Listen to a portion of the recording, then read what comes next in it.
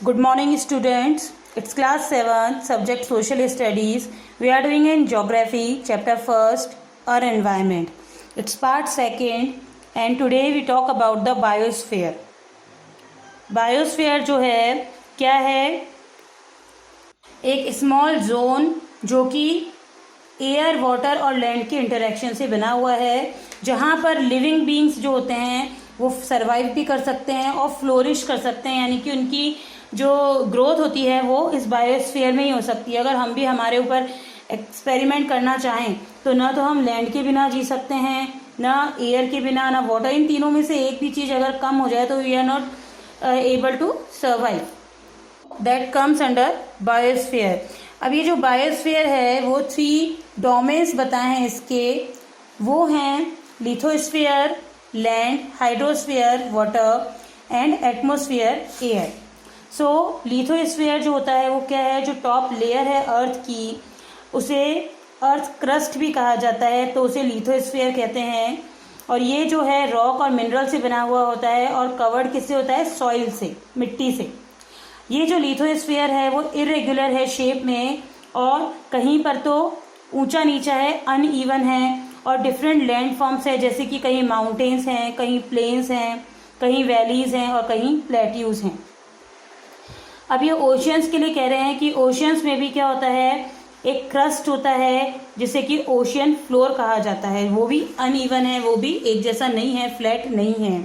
Lithosphere हमें बहुत types of minerals provide करवाता है, ग्रासलैंड देता है, फॉरेस्ट देता है, एग्रीकल्चरल लैंड देता है, और हमारे रहने के लिए, ह्यूमन सेटलमेंट्स के लिए भी लैंड प्रोवाइड करवाता है। तो वो हमारे लिए उस तरह से इम्पॉर्टेंट है।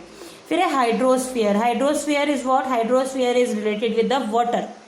तो हम वाटर के बिना रह सकते हैं क्या? नहीं रह सकते हैं। तो अर्थ जो है वो एरिया अर्थ का जो वाटर से कवर्ड है उसे हाइड्रोस्फीयर कहते हैं, और उसमें सभी तरह की वाटर बॉडीज आ जाती हैं, भले वो ओशियंस हों, सीज हों, रिवर्स हों, लेक्स हों।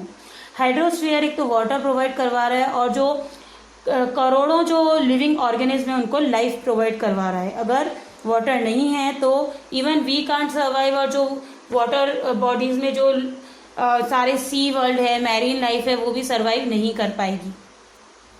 नेक्स्ट है एटमोस्फियर। जो एयर की थिक लेयर है हमारे चारों ओर, उसे एटमोस्फियर कहते हैं। ये जो एटमोस्फियर है ये मिक्स ऑफ गैसेस है, अलग अलग तरह की गैसेस अलग अलग क्वांटिटी में जो है एटमोस्फियर में रहती हैं। और ये जो एटमोस्फियर है वो अर्थ के पास क्यों रहता है? फोर्स ऑफ ग्रेविटी के कारण रहता है। और बहुत सारी गैसेस हैं इसमें, like oxygen, nitrogen, carbon dioxide, organ, hydrogen. और हाइड्रोजन जो है वो हायर एल्टीट्यूड पे होती है, ऊंचाई पर होती है। और ये जो एटमोस्फियर है it also contain the dust and water vapour. इसमें डस्ट यानी धूल के कण और वाष्प यानी कि जो पानी की बूंदें होती हैं, वेपर्स होती हैं, वो भी इसमें कंटेन करता है।